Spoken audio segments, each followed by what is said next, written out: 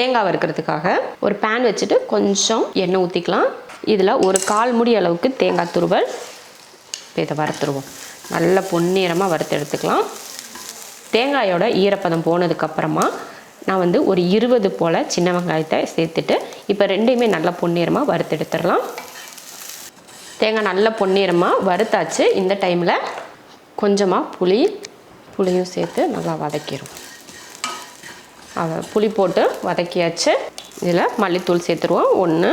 2 spoon அளவுக்கு மல்லித்தூள், கொஞ்சம் மஞ்சள் தூள், 3/4 ஸ்பூன் அளவுக்கு மிளகாத்தூள் சேர்த்துட்டு இதை வறுத்துருவோம். மசால் பொடி போட்டதுக்கப்புறமா நல்லா சிம்மில் வச்சுக்கோங்க. தேங்காய் வறுக்கிறப்பையுமே அடுப்பை வந்து சிம்மில் வச்சுட்டே வறுத்திங்கன்னா அந்த தேங்காய் வந்து கருகாமல் அப்படியே அந்த பொன்னிறமாக உங்களுக்கு வரும். அதனால் பொதுவாக வறுக்கிறப்பவே நீங்கள் சிம்மில் வச்சு வறுக்கிறது நல்லது. அவ்வளோதான். இப்போ மசால் வறுத்தாச்சு. இப்போ இதை மாற்றி வச்சிடலாம். தாளிக்கிறதுக்கு ஒரு கடாய் வச்சுட்டு எண்ணெய் ஊற்றிக்கலாம். எண்ணெய் காஞ்சதுமே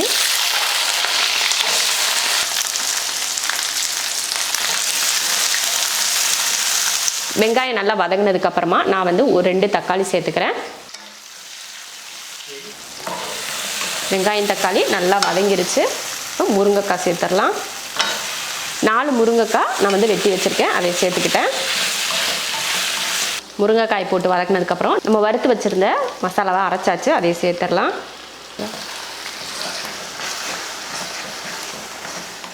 மசாலா போட்டு வதக்கினதுக்கப்புறமா தேவையான தண்ணி சேர்த்துருவோம். அதிகமாக தண்ணி சேர்க்க வேணாம். இது கொஞ்சம் கிரேவி பக்குவத்துக்கு இருந்தால் நல்லாயிருக்கும். அதனால் ரொம்ப தண்ணி வேணாம், கம்மியாக சேர்த்துக்கிட்டால் போதும். அடுத்து தேவையான அளவுக்கு உப்பு சேர்த்துட்டு கலந்து விட்டுருவோம். நல்லா கொதித்து ஒரு 10 நிமிஷத்துக்கிட்ட வேகட்டும். அதுக்கப்புறம் எடுத்து பார்த்துக்கலாம். ஒரு 10 நிமிஷத்துக்கிட்டே நான் வந்து நல்லா வேக விட்டுட்டேன். முருங்கைக்காய் மசாலா எல்லாம் நல்லா பச்சை வாடை போய் நல்லா வெந்துருச்சு. இப்போ இதை இறக்கி வச்சுட்டு நம்ம தாளித்து ஊற்றிக்கலாம். தாளிக்கிறதுக்கு ஒரு பேன் வச்சுட்டு அதில் எண்ணெய் ஊற்றிக்கலாம். எண்ணெய் காஞ்சதுமே கொஞ்சம் கடுகுளுந்து, கொஞ்சமாக வெந்தயம், கொஞ்சம் வெந்தயம் கடுகு போட்டு தாளித்து கொஞ்சம் கருவேப்பிலையை சேர்த்துடலாம். அவ்வளோதான். இப்போ இதை நம்ம குழம்புல ஊற்றிடலாம். அவ்வளோதான்.